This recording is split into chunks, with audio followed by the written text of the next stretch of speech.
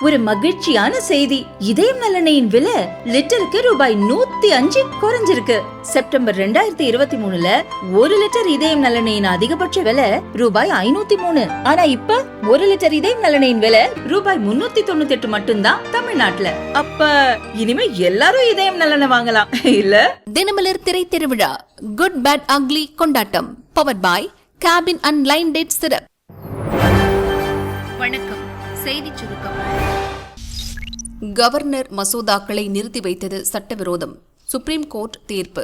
சென்னை பல்கலைக்கழகம், பாரதியார் பல்கலைக்கழகம் உள்ளிட்ட பல்கலைக்கழகங்களுக்கு புதிய துணைவேந்தர்களை நியமிப்பதற்கான தேடுதல் குழுவை 2023ஆம் ஆண்டு தமிழக அரசு அமைத்தது.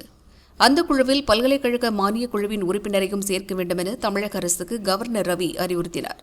அதிலிருந்தே கவர்னர் ரவி மற்றும் தமிழக அரசுக்கு இடையே மோதல் போக்கு நிலவி வருகிறது. மேலும் சட்டசபையில் நிறைவேற்றப்படும் மசோதாக்களுக்கு கவர்னர் ரவி ஒப்புதல் அளிக்காமல் கிடப்பில் போட்டு வருவதாகவும் ஆளும் கட்சியினர் குற்றம் சாட்டினர். இந்நிலையில் மசோதாக்களுக்கு ஒப்புதல் அளிக்காமல் கவர்னர் தாமதம் செய்து வருகிறார் என சுப்ரீம் கோர்ட்டில் தமிழக அரசு மனு தாக்கல் செய்தது. இந்த மனுவை விசாரித்த நீதிபதிகள் ஜே.பி. பர்திவாலா, ஆர். மகாதேவன் ஆகியோர் அடங்கிய அமர்வு இன்று தீர்ப்பு வழங்கியது. ஜனாதிபதிக்கு கவர்னர் அனுப்பி வைத்த 10 மசோதாக்களுக்கும் சுப்ரீம் கோர்ட்டின் பிரத்யேக அதிகாரம் சட்டப்பிரிவு 142 படி ஒப்புதல் அளிக்கிறோம்.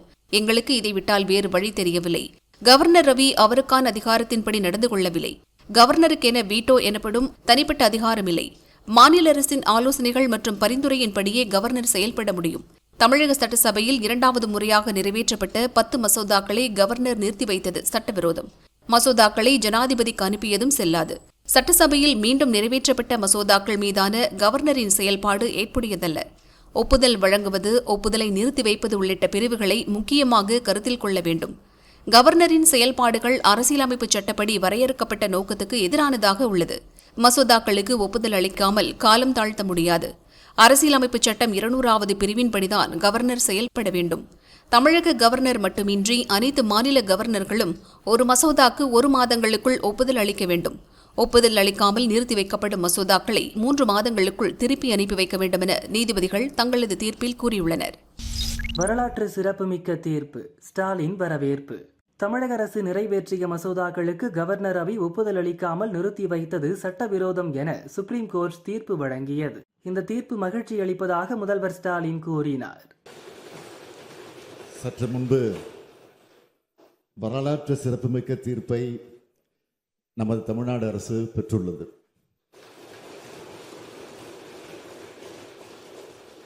இந்த சட்டமன்ற பேரவையில் நாம் நிறைவேற்றி மாண்புமிகு ஆளுநரின் ஒப்புதலுக்காக அனுப்பி வைத்த பல முக்கிய சட்ட முன்வடிவுகளுக்கு ஒப்புதல் தராமல் திருப்பி அனுப்பினார். அந்த நிலையில் அவற்றை நாம் மீண்டும் இங்கே நிறைவேற்றி அனுப்பி வைத்தோம். 2வது முறை சட்டமன்ற பேரவை நிறைவேற்றிய சட்ட முன்வடிவுகளுக்கு மாண்புமிகு ஆளுநர் அவர்கள் ஒப்புதல் அளித்தே ஆக வேண்டும் என்று அரசியல் சட்டம் வரையறுத்திருந்த போதிலும் இவற்றுக்கு ஒப்புதல் அளிக்காமல் ஆளுநர் அவர்கள் காலம் தாழ்த்தி வந்ததோடு அதற்கு தனக்கு அதிகாரம் இருப்பதாகவும் தெரிவித்து வந்தார்.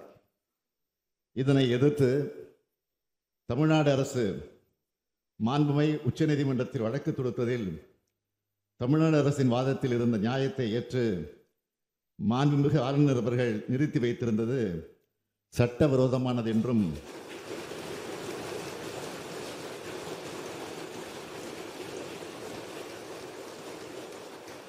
அந்த சட்ட முன்வடிவுகளுக்கும் ஆளுநர் அவர்கள் ஒப்புதல் அளிக்கப்பட்டதாக கருதப்பட வேண்டும் என்றும் தெரிவித்து வரலாற்று சிறப்புமிக்க தீர்ப்பினை இன்றைக்கு மாண்புமை உச்சநீதிமன்றம் வழங்கியுள்ளது.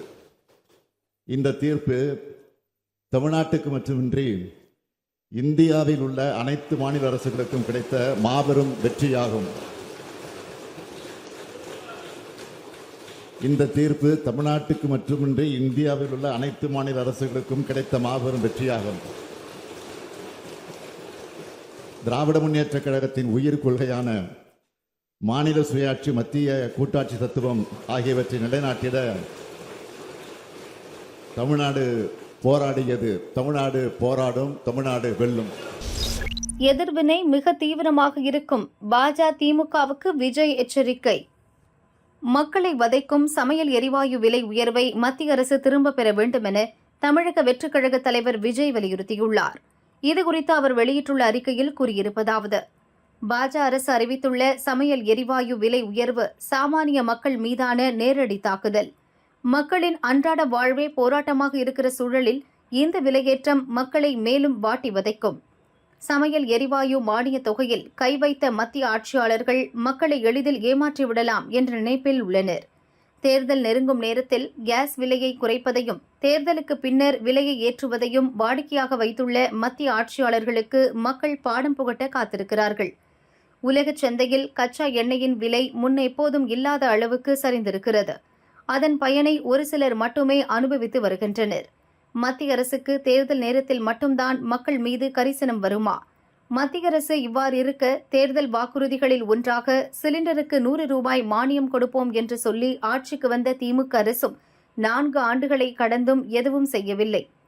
தேர்தல் வெற்றிக்காக நிறைவேற்ற முடியாத வாக்குறுதிகளை அளித்து பின்னர் மக்களின் கேள்விகளுக்கு பதிலளிக்காமல் ஏமாற்றி வருகிறது. இந்த போக்கை திமுக அரசு எப்போது நிறுத்தும் என்று மக்கள் கேட்கிறார்கள். சிங்கப்பூர் பள்ளியில் தீ விபத்தில் சிக்கிய பவன் கல்யாண் மகன், அதிர்ச்சியிலும் கட்சி பணி செய்யும் பவன். ஆந்திராவின் முன்னணி நடிகர் பவன் கல்யாண் 2014ஆம் ஆண்டு ஜனசேனா என்ற கட்சியை துவங்கி 10 ஆண்டுகளாக களப்பணி செய்து வருகிறார். சமீபத்தில் நடந்த ஆந்திர சட்டசபை தேர்தலில் தெலுங்கு தேசம் பாஜவுடன் கூட்டணி அமைத்து வென்றார். தற்போது ஆந்திராவின் துணை முதல்வராக பதவி வகித்து வருகிறார். பவன் கல்யாணின் 3வது மனைவி அன்னா லெஷ்னேவா. ரஷ்ய மாடலான இவருக்கும் பவன் கல்யாணுக்கும் 2013இல் திருமணம் நடந்தது. இவர்களுக்கு மார்க் ஷங்கர் பவானோவிச் என்ற மகன் உள்ளார். மனைவி அன்னா லெஷ்னேவா சிங்கப்பூரில் ஹோட்டல் பிசினஸ் செய்து வருகிறார். 8 வயதான மார்க் ஷங்கர் சிங்கப்பூரில் உள்ள பள்ளியில் படித்து வருகிறான். இந்நிலையில் நேற்று பள்ளிக்கு சென்ற மார்க் ஷங்கர் பள்ளியில் ஏற்பட்ட தீ விபத்தில் சிக்கி காயமடைந்தான். மார்க் ஷங்கர் கை மற்றும் காலில் தீக்காயம் ஏற்பட்டது. கரும்புகையை அதிக அளவில் சுவாசித்ததால் அவனது நுரையீரலும் பாதிக்கப்பட்டது. பள்ளி நிர்வாகத்தினர் அவனை உடனடியாக மீட்டு மருத்துவமனையில் அனுமதித்தனர். அல்லூரி சீதாராமராஜு மாவட்டத்தில் சுற்றுப்பயணத்தில் இருக்கும் பவன் கல்யாணிடம் இந்த தகவல் தெரிவிக்கப்பட்டது. அவர் சுற்றுப்பயணத்தை முடித்துவிட்டு சிங்கப்பூர் விரைவார் என தெரிவிக்கப்பட்டுள்ளது. இதுகுறித்து ஜனசேனா கட்சி வெளியிட்டுள்ள அறிக்கையில் கூறியிருப்பதாவது: துணை முதல்வர் பவன் கல்யாணின் இளைய மகன் மார்க் ஷங்கர் சிங்கப்பூரில் ஏற்பட்ட தீ விபத்தில் சிக்கினார். மார்க் ஷங்கர் படித்து வந்த பள்ளியில் தீ விபத்து ஏற்பட்டது. இந்த விபத்தில் அவரது கை கால்களில் காயம் ஏற்பட்டது. அதேபோல் அவர் நுரையீரலுக்குள் புகை புகுந்ததால் அவதிப்பட்டார். மார்க் ஷங்கர் மருத்துவமனைக்கு கொண்டு செல்லப்பட்டு சிகிச்சை பெற்று வருகிறார். ஆந்திர துணை முதல்வர் பவன் கல்யாண் தற்போது அல்லூரி சீதாராம் ராஜு மாவட்டத்தில் சுற்றுப்பயணம் மேற்கொண்டுள்ளார். இந்நிலையில் அவரது மகன் தீ விபத்தில் சிக்கியுள்ள நிலையில் நிகழ்ச்சிகளை ரத்து செய்துவிட்டு சிங்கப்பூர் செல்லுமாறு கட்சித் தலைவர்கள் அவரை அறிவுறுத்தினர். ஆனால் வாக்குறுதி அளித்தபடி பழங்குடியினருடன் நிகழ்ச்சிகளை முடித்துவிட்டு செல்வதாக பவன் கல்யாண் கூறினார். இதற்கான ஏற்பாடுகளும் செய்யப்பட்டுள்ளதால் இன்று தொடங்க இருந்த வளர்ச்சி திட்டங்களில் பவன் கல்யாண் கலந்து கொள்வார். மன்யத்தில் சுற்றுப்பயணத்தை முடித்த பிறகு விசாகப்பட்டினம் சென்று அங்கிருந்து சிங்கப்பூர் செல்வார் என தெரிவிக்கப்பட்டுள்ளது.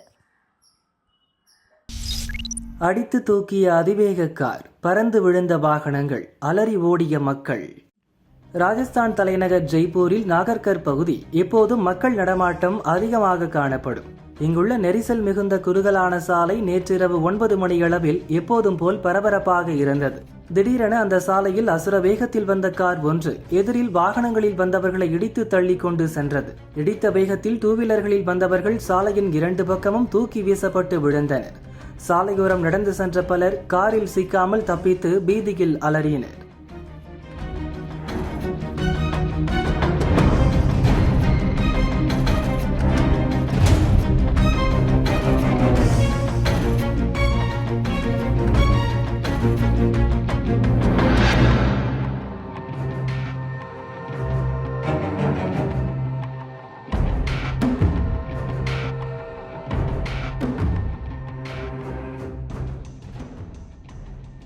அடுத்தடுத்து வாகனங்களை மோதி நின்ற காரை மடக்கிய மக்கள் சூறையாடினர்.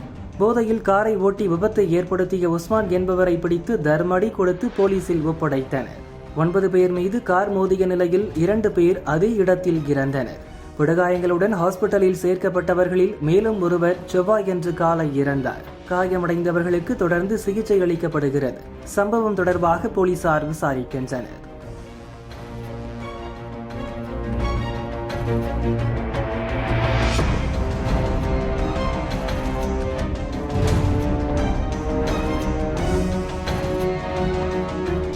பண்ணாரி மாரி எங்கள் உயிரில் கலந்த தெய்வம். ஈரோடு சத்தியமங்கலம் அருகே உள்ள பண்ணாரி மாரியம்மன் குண்டம் திருவிழா கடந்த 24ஆம் தேதி பூச்சாட்டுதலுடன் துவங்கியது. திருவிழாவில் தினமும் பண்ணாரியம்மன் சப்பரம் 50க்கும் மேற்பட்ட கிராமங்களுக்கு சென்று வந்தது. முக்கிய நிகழ்வான குண்டம் இறங்கும் விழா அதிகாலை துவங்கியது. தலைமை பூசாரி ராஜசேகர் முதலில் குண்டம் இறங்கி துவக்கி வைத்தார். அதனைத் தொடர்ந்து விரதம் இருந்த லட்சக்கணக்கான பக்தர்கள் குண்டம் இறங்கி நேர்த்திக்கடன் செலுத்தினர்.